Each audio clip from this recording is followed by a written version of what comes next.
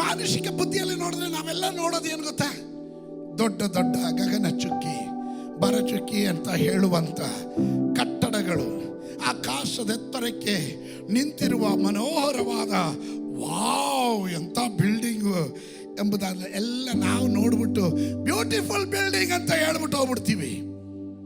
ಆದರೆ ದೇವರ ದೃಷ್ಟಿಯಲ್ಲಿ ದೊಡ್ಡ ದೊಡ್ಡ ಕಟ್ಟಡಕ್ಕಿಂತ ಅದಕ್ಕೆ ಹಾಕಿರುವಂತ ಅಸ್ಥಿವಾರಕ್ಕೆ ಹೆಚ್ಚಿನ ಮೌಲ್ಯತೆಯನ್ನು ಕೊಡುವ, ಹಲ್ಲೆಲೂಯ, ನನ್ನ ದೇವರ ಸಂಗಡ ಎಸ್ ಅದಕ್ಕೆ ಹೆಚ್ಚಿನ ಮೌಲ್ಯತೆ ಕೊಡಬೇಕು ಎಂದು ನಂಬುವ ದೇವರ ಮಕ್ಕಳು ಇದರ ಒಳಗಡೆ ಇರೋದಾದ್ರೆ ಅಂಥವ್ರು ಮಾತ್ರ ಗಟ್ಟಿಯಾಗಿ ಆಮೇಲೆ ಹೇಳ್ರಿ.